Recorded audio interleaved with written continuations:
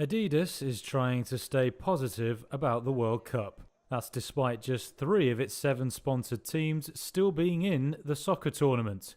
One of its biggest sides, Germany, crashed out on Thursday, but the sportswear company said Friday it still expected World Cup sales of around $421 million. Adidas said sales were currently higher than those at the 2018 World Cup in Russia. Adidas might be upbeat, but Germany's HDE Retail Association was not as optimistic. A spokesman from the group said Germany's exit would hurt the firm. It said without the German team, history showed that interest in fan merchandise usually dropped quickly.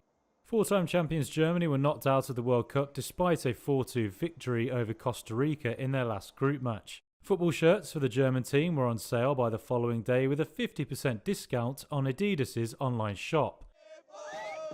There was some consolation for the brand though, with Spain and surprise package Japan both going through. The pair are on the Adidas team, as is fellow survivor Argentina. President Joe Biden signed legislation Friday to block a U.S. railroad strike that could have devastated the American economy. The bill I'm about to sign ends a difficult rail dispute and helps our nation avoid what, without a doubt, would have been an economic catastrophe at a very bad time in the calendar. The Senate voted Thursday to impose a tentative deal reached in September on a dozen unions representing 115,000 workers who could have gone on strike next week. The yeas are 80, the nays are 15. But the Senate failed to approve a measure that would have provided sick days to rail workers.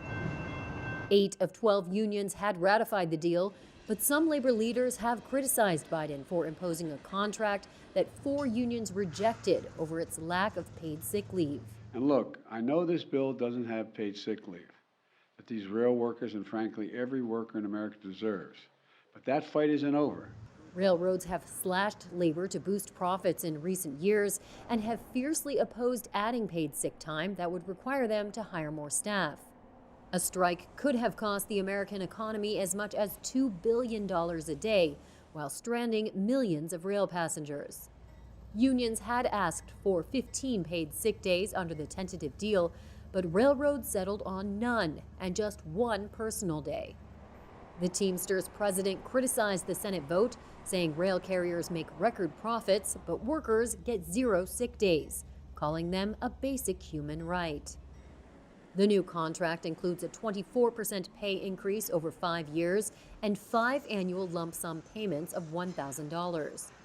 Congress invoked its sweeping powers to block strikes involving transportation, authority it does not have in other labor disputes.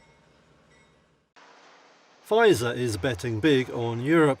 The pharmaceuticals giant said Friday that it would invest more than $1.25 billion to expand a plant in Belgium. A day earlier, it said it would spend the same amount expanding a factory in Ireland. Pfizer is gearing up to launch new products to replace revenue lost as patents expire. It also needs a new income stream as vaccine sales decline after the global health crisis. Pfizer's revenue is expected to top $100 billion this year, more than double pre-crisis levels. That's largely on the back of health crisis-related shots and drugs. Now the firm hopes to introduce as many as 19 new medicines over the next 18 months. That includes treatments for migraines and other conditions. The new investment will create up to 750 jobs at the 2 plants. Pfizer is also investing heavily to expand US capacity, putting money into factories in Michigan, North Carolina, and Kansas. The U.S. Labor Department's closely watched jobs report on Friday showed employers hired more workers than expected in November, adding 263,000 jobs even as layoffs in the tech industry made headlines last month. The continued strength in the labor market comes despite mounting worries of a recession and in the face of steep interest rate hikes from the Federal Reserve as it battles high inflation. Daniel Zhao is lead economist at Glassdoor.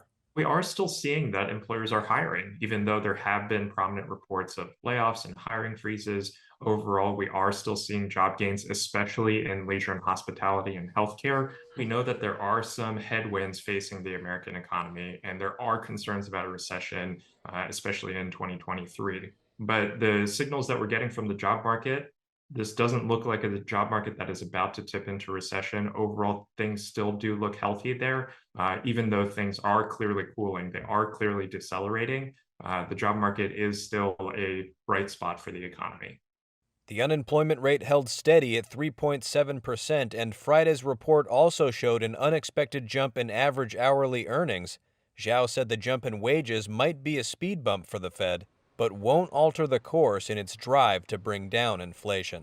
I think the Fed looks at today's report and it doesn't really change their perspective about what the trajectory of the job market looks like. We did see wage growth tick up a little bit in November, and that might be a speed bump on the Fed's path towards a soft landing. But overall, they still see a job market that is resilient in the near term, but is decelerating. So ultimately, what the Fed is watching for is to see inflation start to come down while the job market is still resilient and can withstand that tighter monetary policy. Wall Street's main indexes opened lower on Friday as the jobs report disappointed investors who have been worried about aggressive interest rate hikes by the Fed, but stocks had recovered some early losses by midday. U.S. stocks rebounded to close almost where they opened on Friday, clawing back earlier losses after a stronger-than-expected jobs report for November raised questions over how soon the Federal Reserve could slow and eventually stop its aggressive interest rate hikes. The Dow finished in the green, rising 0.1%, while the S&P 500 and Nasdaq both ended down fractionally. The Labor Department's payrolls report showed employers added 263,000 jobs last month and that wage growth accelerated.